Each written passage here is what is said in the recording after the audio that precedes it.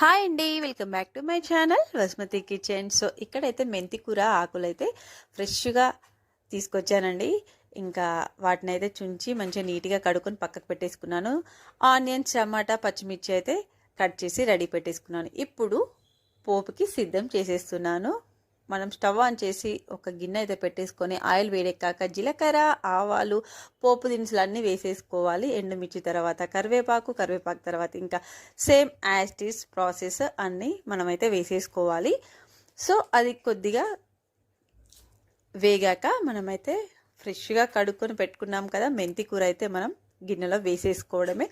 వేసుకొని గిరా తిప్పేసేయండి. ఇంకంతే, అది పచ్చి వాసన పోయేంత వరకు అయితే వేగాలి. ఎందుకంటే మెంతి కూర కొద్దిగా స్మెల్ అనేది వస్తుంది కదా, ఆ స్మెల్ పోయేంత వరకు మనం వేయించాలి ఒక 2-3 మినిట్స్. ఇప్పుడైతే టమాటాలో ఉన్న ప్లేట్ అయితేనే నేను ఒక 2 మినిట్స్ అయితే పెట్టేశాను. సో ఇప్పుడైతే మనకు పచ్చి వాసన పోయిందండి. ఇంకా అది ఉడికాక మనం ఈ టమాటాలను అయితే అందులో వేసేసుకోవాలి. ఇంకో విషయం అండి, మెంతి కూర వీక్లీ 2 టైమ్స్ అయితే తీసుకోండి. జుట్టులో మంచి ఇంప్రూవ్ ఉంటుంది. మీరు ఒక 1 మంత్ అలా చేసి చూడండి, మీకే తెలిసిపోతుంది. అలాగే రుచికి సరిపడిన ఉప్పు, కారం కూడా వేసేసుకొని అయితే మనం సరిపడా ఉప్పు, కారం వేసుకున్నాక దానిపైన ఒక 2 మినిట్స్ వాటర్ పోసి ప్లేట్ అయితే పెట్టేసేయండి.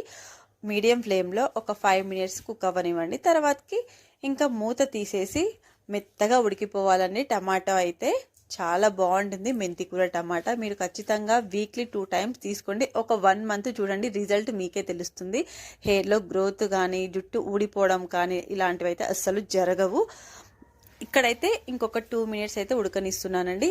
ఆల్మోస్ట్ కర్రీ అయితే ఉడికిపోయిందండి. స్మెల్ అయితే సూపర్గా వస్తుంది.